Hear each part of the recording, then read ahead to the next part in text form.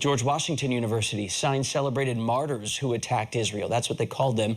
And in one instances, students at UCLA marched while shouting Intifada, referring to periods of deadly Palestinian violence against Israelis. Tahmineh Dehbozorgi is with us tonight. She's from the Dissident Project, a group that aims to teach students about authoritarianism, and she grew up in Iran, now attends GW Law School. So, Tahmineh, why are so many college students that we're seeing, they say they're celebrating Hamas's resistance, but then they also mention things like the martyrs, the attackers, the terrorists who went into Israel and killed people. What's that support about? We cannot replace acts of terrorism with the label of freedom fighters and think it's okay. It was very devastating to watch how some students at George Washington University and also at my alma mater, UCLA, were reacting to the atrocities that are happening in Israel. There are a lot of student groups and also even student governments at NYU Law School, Harvard Law School, Berkeley Law School that came out with statements explicitly saying that Israelis deserved to be killed.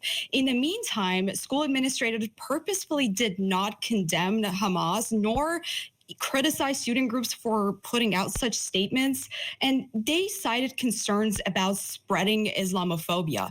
In other words, student leaders and campus administrators are acquiescent to acts of terror and anti-Semitism in the name of tolerance, diversity, inclusiveness, which to me does not make any sense given the fact that they are actively calling for genocide against a large group of people. So I know you feel passionately about this, coming from an authoritarian country. You know, Hamas in this case is not only authoritarian, it's a terrorist organization, but you were kind of pointing to this right now. Universities have invested millions of dollars and tons of effort on, DEI programs, inclusion. They don't allow microaggressions or misgendering on campus. You often hear that, words can be violence. If that's the case, and you have the glorification of terrorists who slaughter babies, who disemboweled pregnant women, do Jewish students' feelings in that case matter? I lived under the rule of Islamic Republic for 17 dark years. There's nothing peaceful nor moderate about their ideology. As we have seen recently, Hamas is significantly backed by the Islamic Republic of Iran. I think if you just follow that thread, you realize that what type of ideology these people are actually supporting. The Islamic Republic has funneled billions of dollars, and they have even admitted that they were supporting Hamas in planning these events for months in advance. I personally think that supporting some sort of ideology, given the fact that where it's coming from a government that supports terrorism, it supports killing women and children. And then now it's coming to our campuses where people actually think talking about these things and even advocating for it is somehow acceptable. I try to explain that to a lot of students at my campus that this is not about Israel versus Palestine. This is really about humanity versus terrorism. But it sounds like that's a very controversial opinion these days. Tahmineh, you left a country, Iran, where free speech is not always, first of all, allowed, definitely not celebrated. But do you feel torn at GW where students are maybe praising Hamas? Because I'd imagine you, of all people, want to protect unpopular speech at the same time. There's a distinction between unpopular speech and also actively calling for violence. Even the previews of the First Amendment doesn't cover, freedom of speech when you're really calling for violence. And I think in this instance is one of those issues where I don't think it's healthy or even appropriate for campuses to not only allow this sort of behavior where students are actively aggressing against Jewish students or even saying things like that, given the past history. And on the other hand, we see on college campuses students that do express opinions such as being a conservative or supporting a certain candidate that the school doesn't think is popular. They do face backlash all the time. However, we see that students that are actively calling for killing of millions of people are not only supported, but also if you express to them why their opinions are not okay, they will come come after you, they will dox you, they will threaten you. We've seen a lot of threats against Jewish students on campuses, and the school does not do anything to protect their safety. And I think all of this actually chills speech on campuses where students are not allowed to engage in a healthy debate because one side is actively calling for violence against the other side only because of their ethnicity and religion. In the Islamic Republic of Iran, the government... Real quick, I wanted to talk about Harvard because Harvard has been the epicenter of this. You know, the pro-Palestine group put out a statement blaming Israel for everything. Now there's a truck roving around that has the faces of the group members, their addresses, and finally Harvard's president made a public video statement. Listen real quick. Our university rejects terrorism. That includes the barbaric atrocities perpetrated by Hamas. Our university rejects the harassment or intimidation of individuals based on their beliefs. And our university embraces a commitment to free expression. That commitment extends even to views that many of us find objectionable, even outrageous. So, Tahmineh, she condemns the terrorists.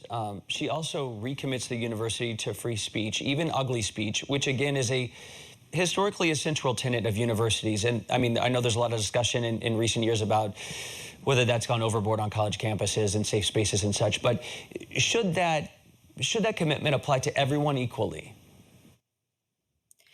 You know, there is a benefit to the free market of ideas because when you allow these opinions to be expressed, people can criticize it and attack it the way it is. However, what we're seeing is that some of the members of these groups, a lot of them are, you know, Marxists, they cover their faces. They don't want to engage in a conversation. They're actively calling for violence. I think there's a distinction between having unpopular ideological, intellectual opinions and, you know, wanting to engage in debates. And also, on the other hand, not wanting to engage your debate, hide your identity, go on campuses and start yelling at people, screaming at people, again, calling for genocide against a group of people.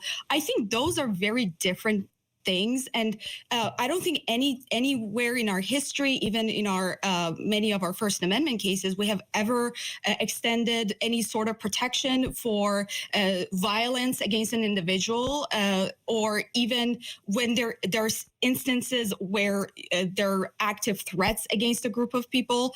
So I think that's the problem with a lot of these campus administrators. While they say that they believe in First Amendment, they believe in freedom of opinions and ideas, they actually do not uphold those values. And we've seen, on the other hand, that every time Jewish students wanted to do something similar, the school has limited their speech because they thought, oh, what you're saying is actually controversial. We don't want to offend other people. But it's not applying to the other side. So I think there is some sort of hypocrisy there. I see. Maybe separating out the university from someone like the Supreme Court, because, I mean, you're the law student, not me, but, you know, Skokie, Illinois, and things like that in the past, like some very ugly speech has been permitted, but when does it cross over into something dangerous?